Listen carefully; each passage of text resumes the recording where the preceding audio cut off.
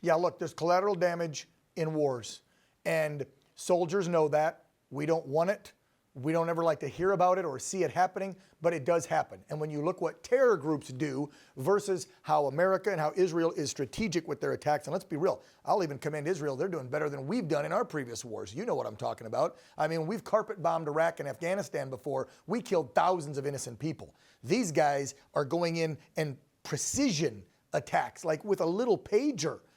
Like that one guy a couple months back where they planted something in his apartment for months and then blew it when he was the only one there and nobody else got hurt. I mean, they take time and care. And I got to say, America doesn't have that track record. Let's go to the hacking, because this just once again proves my point that our adversaries and foes like Russia, Iran, China want a Harris, or they wanted a Biden back in, just like Putin literally gave a full-throated endorsement, a week or two ago, saying he'd rather have Comrade Kamala because she's more predictable than Trump. This just proves it again. Iran hacks the Trump campaign and then offers to give up to the lamestream media and Harris campaign the info they hacked. It wasn't the other way around. They weren't trying to help Trump out.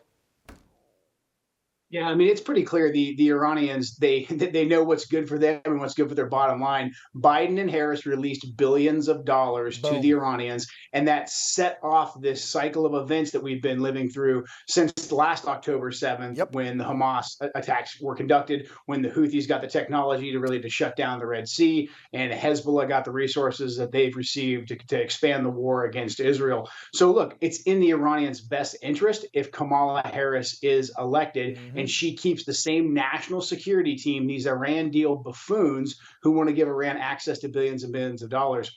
The only thing I would say specifically, though, about this so-called cyber attack, I'm pretty skeptical, though, when the mainstream media and the Harris administration come forward and say, well, look, Iran gave us this stuff, but we wouldn't use it. We wouldn't open it. Look how good we're being. We're presenting it to you guys. Remember, going into November, October, a war, whether it's in Ukraine or whether it's in the Middle East, benefits Kamala Harris. So we can't get sucked in. We can't allow there to be this rationale or this excuse for us to expand a war against Iran, because there's also a lot of neocons out there like Dick Cheney, like John Bolton, a lot of people deeply embedded in the Republican Party that are just looking for a reason to say, well, look, Iran's trying to go after the Trump team too, so we should just go to war with them. So MAGA's got to keep their skeptical hat on as well.